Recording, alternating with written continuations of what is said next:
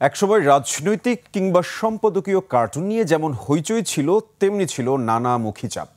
সরকারের জাতীয় বাজেট বনাম সাধারণ মানুষের প্রতিক্রিয়া, জাতীয় দৈনিকগুলোর প্রচ্ছদ জুড়ে একটি কার্টুনই যেন প্রকাশ পেয়েছে সব। 5 আগস্টের আগের নিষেধাজ্ঞার সময়টা পার করে কার্টুনিস্টরা এখন কিছুটা স্বস্তিতে আঁকছেন মানুষের সব ভাবনা। আর ভার্চুয়াল এবং বাস্তব দুই জায়গায় দিনভর তুমুল আলোচনা। মানিরুল ইসলামের ক্যামেরায় পত্রিকার প্রচ্ছদ উঠে এসেছে প্রস্তাবিত বাজেটের কার্টুন চিত্র তুলে ধরেছেন আকবর হোসেন সুমন। এখন যে কোনো ব্র্যান্ডের পুরাতন এসি বদলে নতুন ওয়ালটন এসিতে উপভোগ করুন 25% ছাড়। সহজ কথায় সাধারণ মানুষের লাভ লোকসান আর 1 বছরের রাষ্ট্র পরিচালনার আয় ব্যয়ের হিসেব কিতাবই জাতীয় বাজেট। আর এই জটিল বিষয়টি এক প্রস্তাব প্রচ্ছদে তুলে আনাই মুন্সিয়ানা। আসছে অর্থ বছরের প্রস্তাবিত বাজেট কেমন হতে চলেছে, কিংবা কার পাল্লায় কতটুকু উঠবে অথবা কার ভার কতটুকু, এসব চিত্রই উঠে এসেছে পত্রিকার প্রচ্ছদ কার্টুনে। জানা গেল পাঠক প্রতিক্রিয়া। কিভাবে বিনিয়োগ আসবে সেই উপরে কোনো সুনির্দিষ্ট দিক নির্দেশনা নাই। তো মোটামুটিভাবে বাজেটটা আমার কাছে খুব একটা ভালো মনে হয়। নতুন বোতলে পুরানো মদের মতোই সেই চিরাচরিত বাজেট।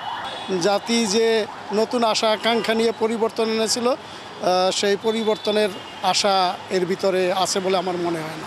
কার্টুনিস্টরা এবার কিছুটা স্বস্তিতে নির্বিঘ্নেই এঁকেছেন। হাজার কথার সমালোচনা তুলির এক আঁচড়েই প্রকাশ করেছেন সহজে। বলেছেন অর্থনৈতিক দুর্দশা আর সম্ভাবনার কথা। এই কার্টুনে ম্যাক্সিমামই অর্থনীতির যে দুর্দশা সেই চিত্রটা কিন্তু উঠে এসেছে।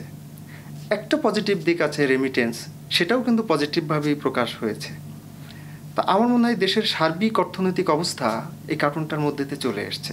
বাংলাদেশের এই মুহূর্তে কার্টুনের যে প্রচলন হয়েছে বা কার্টুনটা যে পাবলিশ করতে পারছে পত্রিকাগুলো, এটা একটা আমাদের জন্য বড় ব্যাপার। কারণ গত আওয়ামী লীগের আমলে আমরা ঠিক স্বাধীনভাবে কাজ করতে পারিনি। এইসব কার্টুনে বহুমুখী চাপ এবং সমঝোতার বেড়াজালে সরকারের বাজেট বাস্তবতার ছবি দেখছেন এই অর্থনীতিবিদ। বিভিন্ন পক্ষের চাপ, কম্প্রোমাইজ, এই ধরনের ফোর্সগুলো এখানে কাজ করেছে। কালো টাকা শুধু এমনি এমনি এখানে থেকে যায়নি, এখানে বিভিন্ন ধরনের প্রেশার রয়েছে। এলএনডির ভ্যাট এমনি এমনি কমে যায়নি, এখানে বিভিন্ন ধরনের চাপ, প্রেশার রয়েছে। এই যে বিভিন্নমুখী চাপ প্রতিক্রিয়া, সেই প্রতিক্রিয়াগুলো কিভাবে একজন অর্থ উপদেষ্টাকে সঙ্গীন করে তোলে তার নিজস্ব চিন্তায় না টিকতে পারা, সেই রিফ্লেকশনগুলো আমার মনে হয় কার্টুনের চরিত্রগুলোতে আরও একটু ভালোভাবে উপস্থাপনের সুযোগ ছিল। শুধু বাজেট নয়, রাজনৈতিক ও আর্থসামাজিক অবস্থাও প্রকাশ হওয়া উচিত কার্টুনে। আকবর হোসেন সুমন, 21 টেলিভিশন, ঢাকা।